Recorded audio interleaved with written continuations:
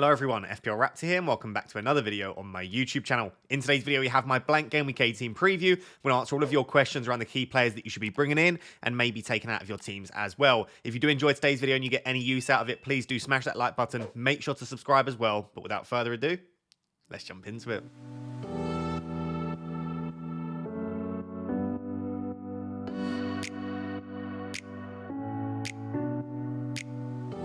So we're going to start by discussing that man on the thumbnail, Cole Palmer, brought in by a lot of managers on the back of his 14-pointer in Game Week 17, and he does continue to deliver, whether that be penalties or non-penalties. The man is returning FPL points, and of course, when a lot of people brought him in on their wildcards 7 or 8 game weeks ago now, he was down at 4.9 million, and he's now up at 5.6 million. So he's almost risen 1 million since a lot of managers had him in. So if you brought him in early, you're stacking up that value. And now a lot of people wondering, is it too late to bring in Cole Palmer? Is he still worth bringing in at 5.6? Or are there some other options that we should potentially go for? Is he a priority this week? Now, the first thing to discuss around Cole Palmer is actually something that isn't on the screen, which is the fact that he's on 4 yellow cards. And this is something I always go back and forth on, and I'm not really sure how to feel. Do you completely avoid a player just because they're on 4 yellows? The answer to that, quite obviously for me, is no. If there is an exceptional FPL option, 4 yellows doesn't even come into my thinking. I just go, do you know what? They are that good of an option. It is worth taking the risk. And often we do overthink it. Sometimes we'll say, I'm not going to bring in this player because they're on 4 yellows. And what do? They don't pick up the 5th yellow and they continue to deliver FPL points. And you think, do you know what? I should have just risked it because it's worth the risk of them being suspended. However, on other occasions, we bring in a player that's on 4 yellows and say, oh, I'm going to have to risk it. And then that very week that you bring them in, they get suspended. And that has happened quite a lot recently. We saw in Game Week 17, some of us had like 3, 4 or 5 players that were suspended. So I don't think it's a straight yes or a straight no. But the thing that I always come back to is it worth the risk?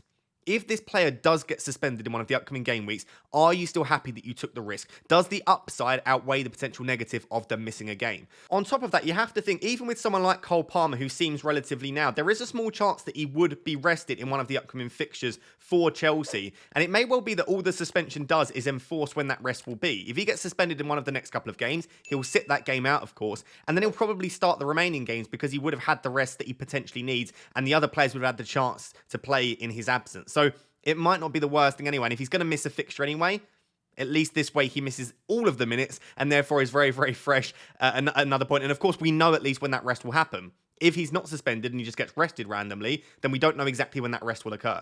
So I know that's a very strange silver lining to take, but that is also something to think about.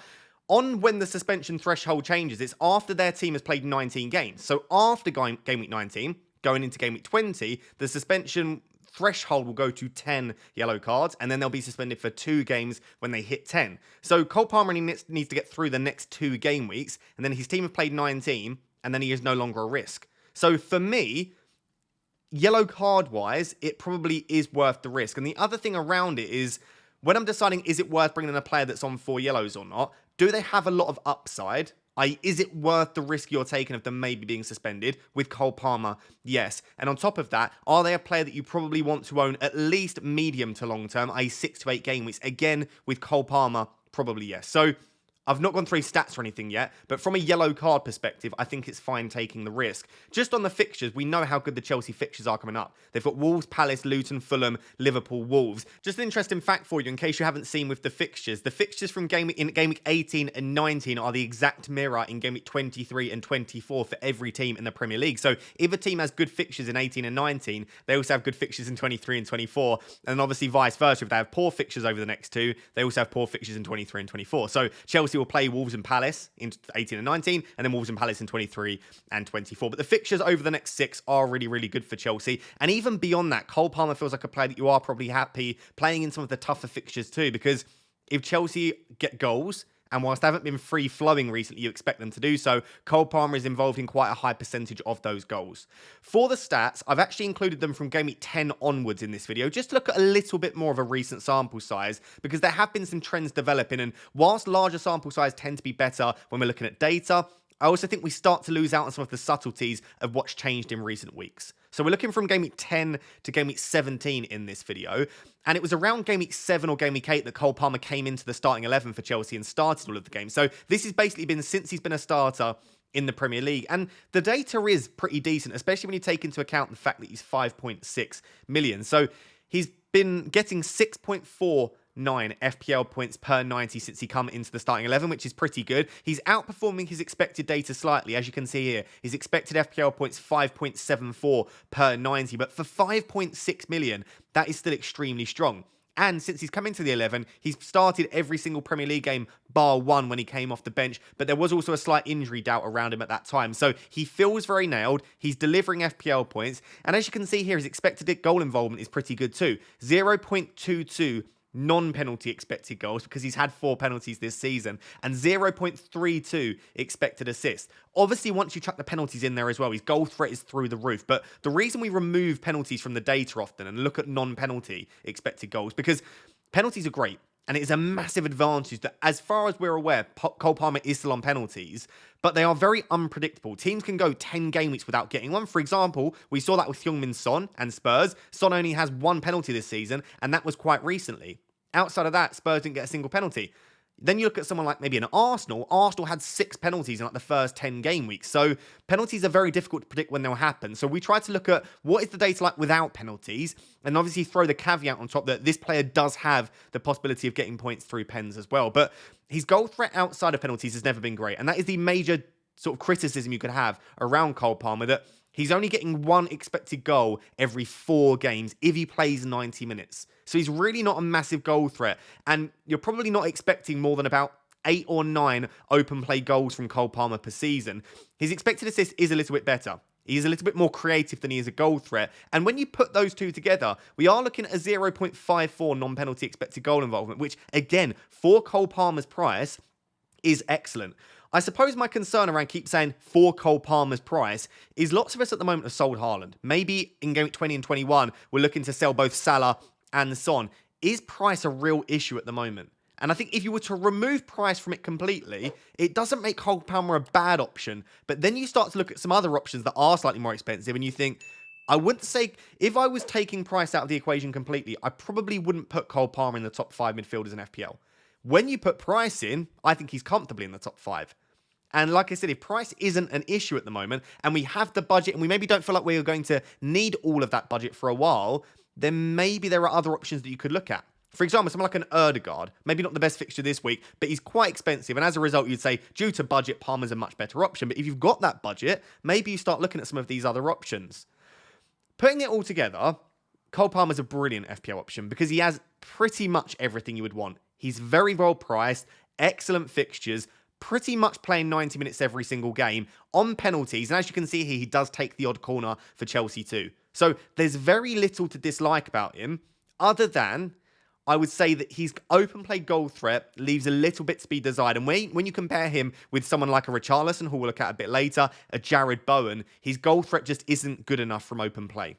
So that is my only concern around him, that if the penalties do dry up, and maybe his teammates don't finish the chances that he creates for them, maybe his FPL points will be a little bit lower than we would hope. I still think that Cole Palmer would be one of my top priorities this week. I wouldn't let the 4 yellow cards put you off, but I also don't think he's essential. And I think there are other options you can go for, just with the fixtures coming up and with the fact that whilst it might not feel like budget is a massive issue now, it always is at some point. I feel like it probably makes sense to get Cole Palmer in your team now and probably leave him there for the foreseeable future. So lots of people this week seem to be making the decision around whether they should bring in Trippier and or Trent. And I suppose the reason for that is most of you have just sold Haaland and you maybe only just moved to Solanke. And as a result, you've got a lot of money sat there. So the first question is it worth spreading that money that you got by selling Haaland around and therefore blocking you a direct route back to Haaland? And if so, are Trippier and Trent the places that I think you should spend that money? And then if so, I guess, which of the two would I favour? Around whether you should spread the money, I think there are pros and cons to both approaches. Obviously, the main pro of spreading the money is it will make your team better. You would have seen that in recent weeks, since I wildcarded in 8, I'm not that much down on teams that had Haaland because, yes, you had Haaland for all of the points, but when you spread the money, you have other players that are also getting points. So spreading the Haaland money around will just make your squad better in general. And the other real pro or reason that I would maybe go for it is, as we've said for a while now, Salah and Son are off to the Asian Cup and AFCON in Game Week 21 anyway. So you can get away with selling one of them in Game Week 20 to then buy Haaland back, and then you've got the other one you can potentially sell in Game Week 21 to then use the money elsewhere. So spreading money isn't usually ideal, but when you have such an obvious route back to Haaland, it feels a little bit better. My only slight concern with that, and it is a slight concern because I'm thinking very far in the future now, yes, you can sell Haaland now, spread the funds, and then bring Haaland back in by selling Son and Salah. That looks relatively straightforward. But what are you then doing when Son and Salah return from their tournaments?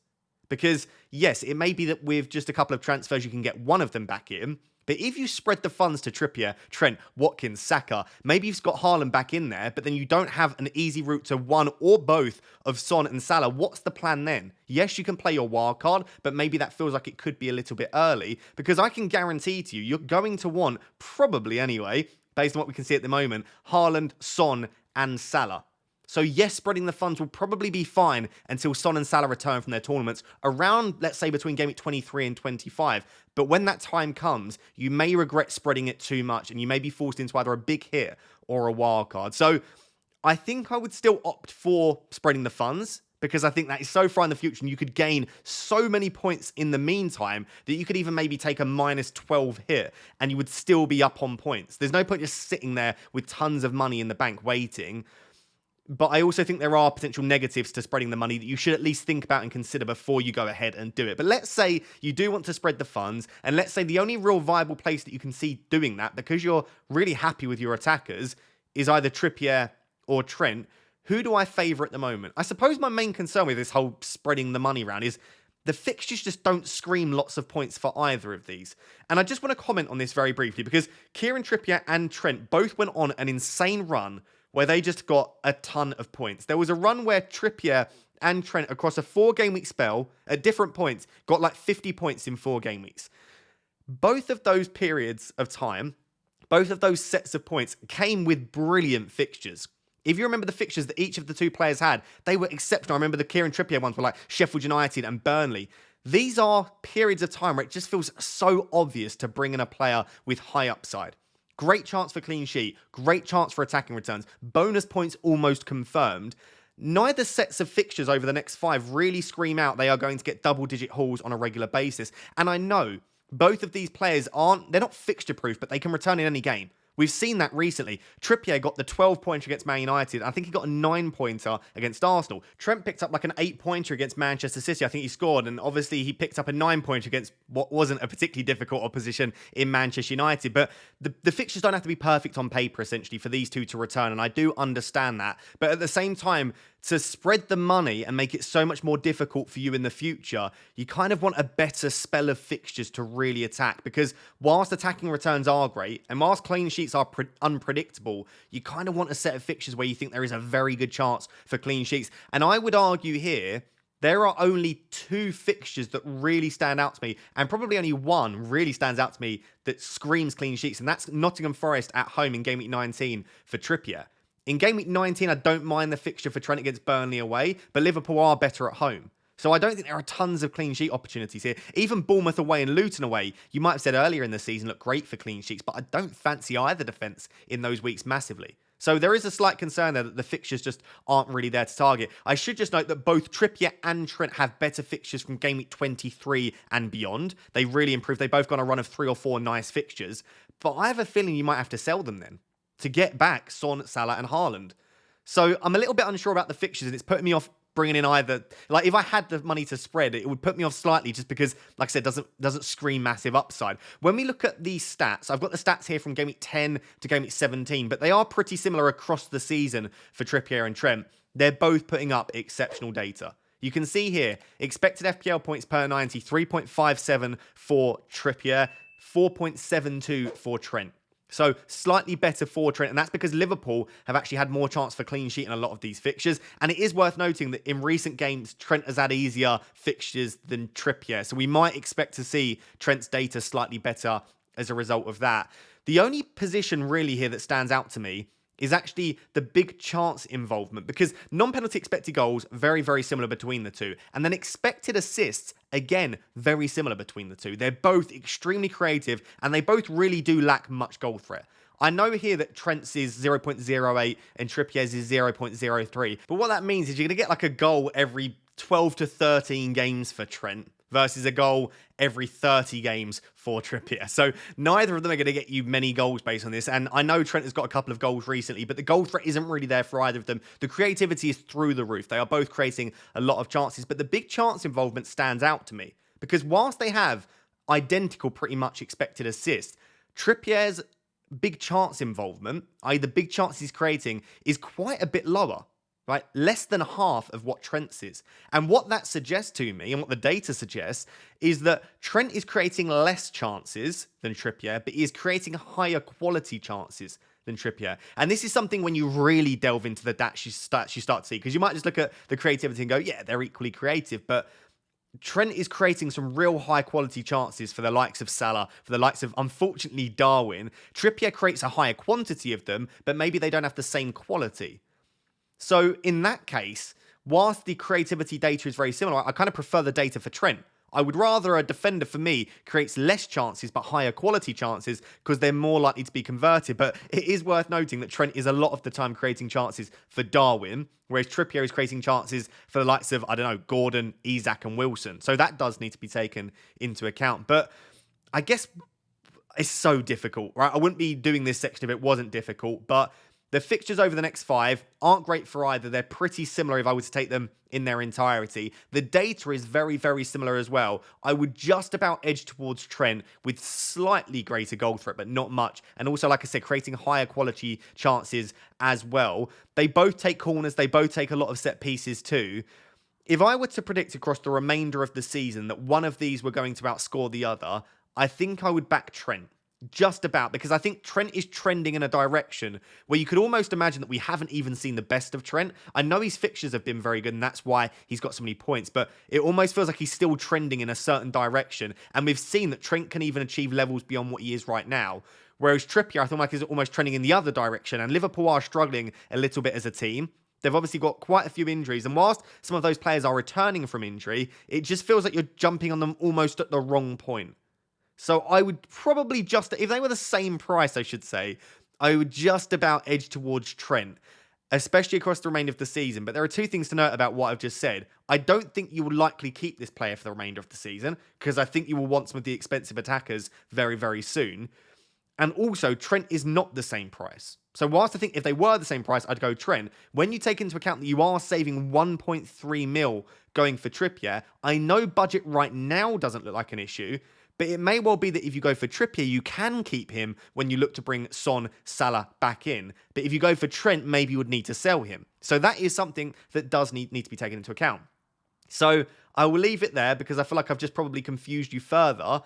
Price isn't an issue. Trent, for me, slightly edges it, taking into account everything. When you do think about price, and you also think about the moves that you're likely to want to make post Game Week 23 or 24, I would still be tempted to go for Kieran Trippier. I would love to know down below, are you going to own either of these for Game Week 18? Or potentially even both. So the next two players to discuss are Richarlison and Kulusevski, both of them getting a lot of points in the last 2 weeks, and obviously both returning in Game Week 17. And with Son off to the Asian Cup in Game Week 21, a lot of people that are either don't already own Son thinking, do you know what, I might just skip it and go for one of these two instead, or maybe looking at bringing in a double up alongside Son now, so that when you sell Son in Game Week 21, you've already got a Spurs mid in place, and maybe you can look elsewhere with that transfer. So I don't mind it. And whilst I think you could bring in Son for the next 3 weeks, it is a transfer to bring him in and take him out. And I think both of these two players could offer decent value, not only across the next 3, but also in the absence of Son. And Richarlison in particular will, of course, definitely be playing through the middle, as he is anyway in the absence of Heung-min Son,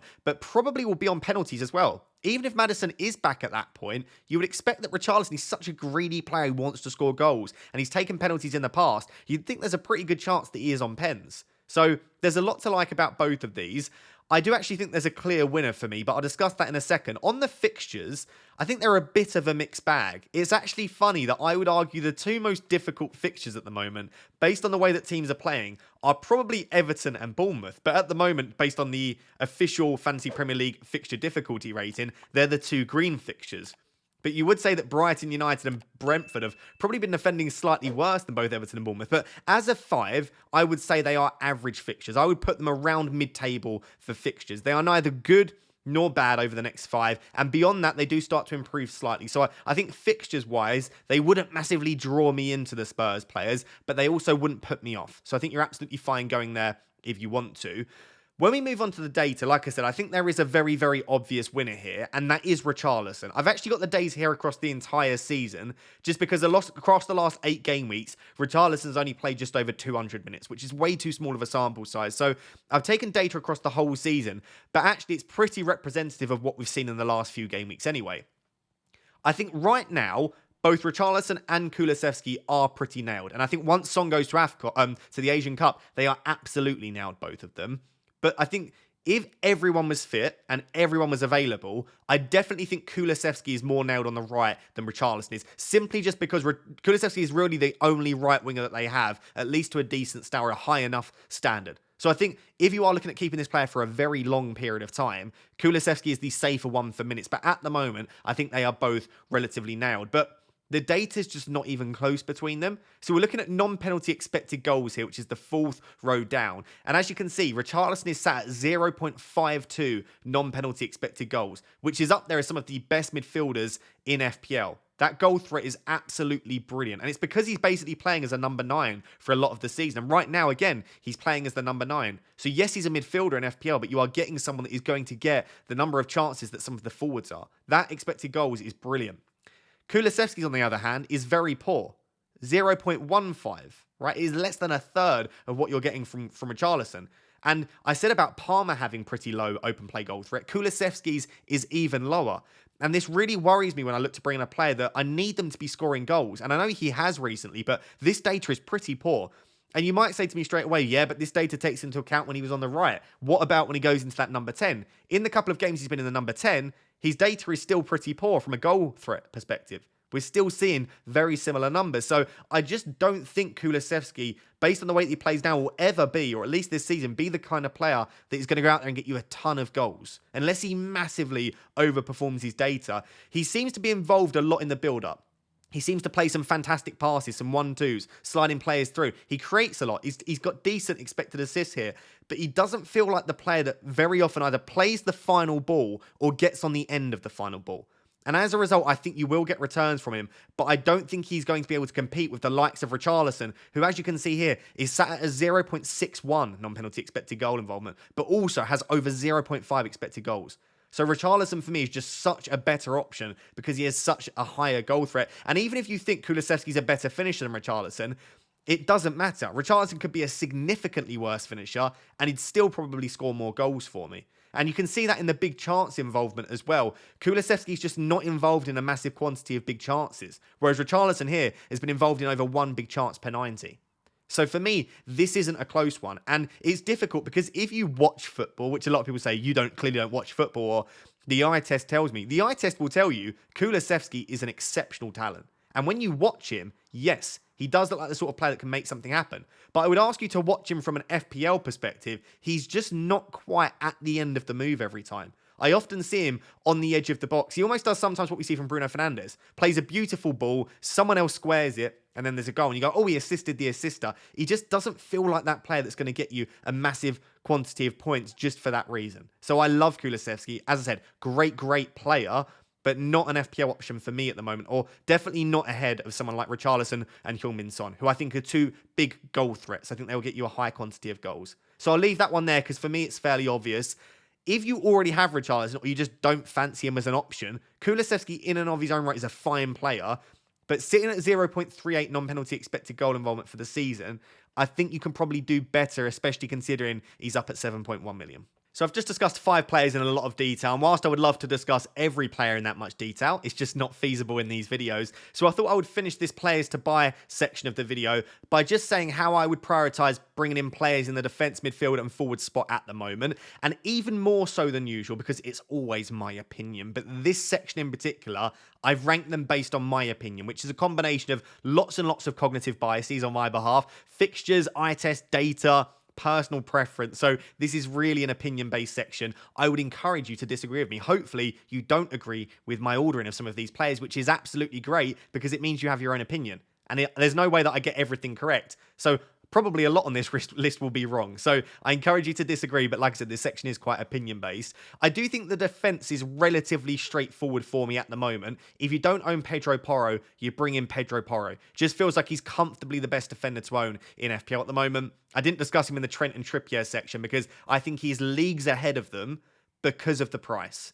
I think he has equally good, if not more, attacking threat at the moment than Trent and Trippier. I don't think the defense is so good for Spurs, but when you see how attacking he is and consider that he's like 5.4, 5.5 million, he's just worth bringing in. So I would absolutely have him in your teams. If you've already got Porro, or let's say for some reason you're not interested, I think I would actually still be looking at an Aston Villa defender. And assuming that Pau Torres is fit and available for 18, which I don't yet know, I do think he's above Konsa. And I've watched quite a few pieces of FPL content so far this week, and everyone prefers Konsa. And yes, Konsa's data is slightly better, but I think Pau Torres is more nailed, better for bonus points, and I think he has assist and goal threat. He's good from corners, but he's also got a cracking pass. He actually whipped in a cross in Gameweek 17, which almost resulted in a goal. I think it was a Matty Cash shot. So I think Pau Torres, just longer term, is probably worth the extra money. I still prefer him to Konsa, but I think Konsa is excellent, and you could argue is an equally decent option. So I think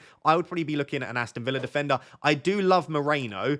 I just think Luca Dean is still a bit of a rotation risk there with Moreno, so I would probably opt for one of the centre-backs.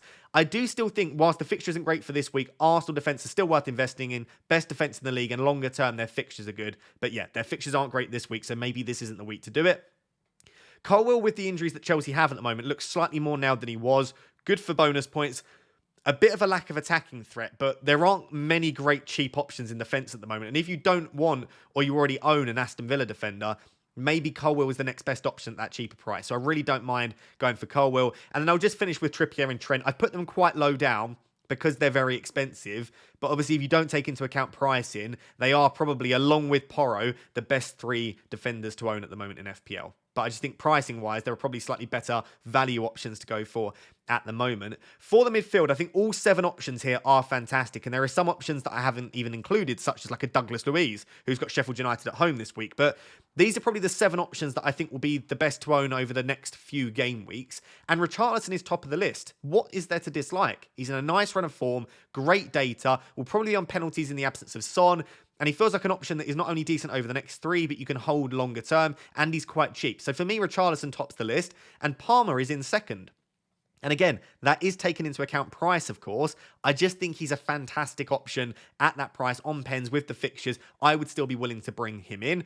I've got Son in third, and I maybe, or upon reflection after making this graphic, would put him a little bit lower, just because you'd have to remove him again in 3 game weeks. But the next 3, he could do serious damage, and it could still be worth the fact that you have to make the 2 transfers. I definitely think for me, it's Richarlison, Son, Kulusevski. If you're prioritising which order to sort of prefer to bring in the Spurs midfielders, Richarlison has to be top, just because, again, you don't have to use the extra transfer that you would in removing Son. After that, I think the other 3 options before Kulusevski are all equally good. Saka, Bowen, Gordon. I think you could prioritise bringing them in absolutely any order. Saka doesn't have the best fixture this week, but I just say like it's Bukayo Saka. He finds a way to get points. He's very, very nailed. I think Arsenal is showing signs of improving from an attacking perspective. If you look at their XG data over the last 6 game weeks, there has been a stark improvement in that based on the in comparison to earlier on in the season. So I think Saka is trending along with Arsenal in the right direction. I also love Ødegaard as an option as well. So Ødegaard / Saka, I think, are both decent options to bring in at the moment. Bowen is going massively under the radar, and I think it's for one reason. He's not a shiny new toy. There are loads of other options that we're considering. Richarlison, Kulusevski, players that maybe we haven't thought about earlier on in the season. And lots of us only sold Bowen 3 or 4 game weeks ago. But his data is still brilliant. He's still a great goal threat. The fixtures over the next 5 I actually quite like for West Ham. And I think when Son and Salah go off to AFCON and the Asian Cup, I think there is a good chance that a lot of us move towards a Jared Bowen. I actually don't mind the fixture against Manchester United in Gameweek 18 either. So Bowen for me is a player that is going under the radar. West Ham I think are showing signs of improvement, especially from an attacking perspective in recent weeks. So Bowen would be a player I would be very tempted by. And I myself am looking at potentially bringing in Jared Bowen this week because I already own Palmer, Son and Saka. And I like Richarlison, but I wonder, do I bring Richarlison in once Son goes to the Asian Cup and maybe prioritise Bowen over the next few? Who knows? I do have Gordon in 6th, and it's not that I hate Gordon, because I haven't owned him this season. I'm always like, oh, there could be better options. I just think the fixtures aren't great over the next 5. Especially the fixtures that are at home are the most difficult fixtures for Newcastle. And I don't really like their away fixtures particularly either. And I just think that Gordon is playing with a slight hamstring strain, which has been confirmed now. Whilst Harvey Barnes isn't going to be back anytime soon, it just feels like Gordon will need a rest at some point. And maybe he won't, but I don't think he's performing at the same level that we saw earlier in the season. And his assist was actually quite lucky in Game Week 17. I know he hit the crossbar as well, but we could be coming away with a Gordon blank. And then all of a sudden, I think there would be less interest in him. So I still think he's a great option. He's still up there as one of the better transfers. I just wonder if there is a player with better fixtures trending in the right direction rather than a player with tricky fixtures trending in a slightly wrong direction. But I still think Gordon's great, and I am still considering him myself this week. For the forwards, I mean, I've somehow got Jesus and Jackson on here. Jackson's just not a great option, but until Nkunku's fully back, Jackson could continue to start, and he has looked pretty good when he has played recently. But really, it's the top 3 options. I like Jesus, but the fixture isn't there right now. I would maybe look at doing like Darwin to Jesus in 19 or 20. That would be when I would be interested. But really, it's Watkins and Solanke. And whilst I do love Solanke, and I think his data's good, he's got 2 really decent fixtures. The fixtures, slightly more medium term, aren't fantastic for Bournemouth. And I just think that Watkins is a better player and a better FPL option. I think he's significantly more consistent with his output. I think he's playing in a better attack longer term. And Watkins feels like a player, once you own him, you just never take him out. And so I feel like if you've still not got Watkins, you bring him in now, not only for an incredible fixture against Sheffield United at home, but then you just keep him. And with Solanke, I feel like he's a player that you might end up removing at some point. So for me, Watkins is still the priority.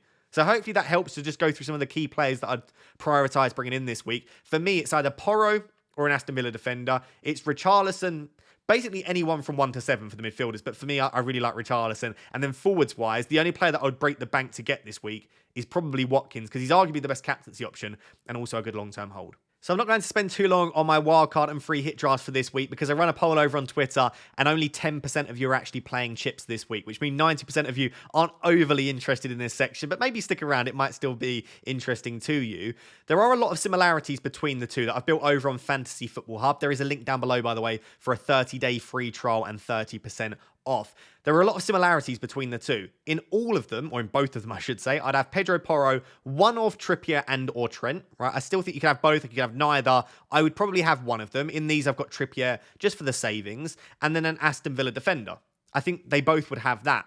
The other things that they would both have is Salah, Son, Palmer, Watkins, and then probably Solanke. So both the wildcard and the free hit have those in common. But then obviously with the wildcard, you're also targeting some longer term players. I would have Saka in my Game Week 18 wildcard. I would have Saliba. I would have Gabriel as well, because you would want Arsenal players longer term. Whereas in the free hit, you're not going to have any Arsenal players, probably because they are playing against Liverpool away.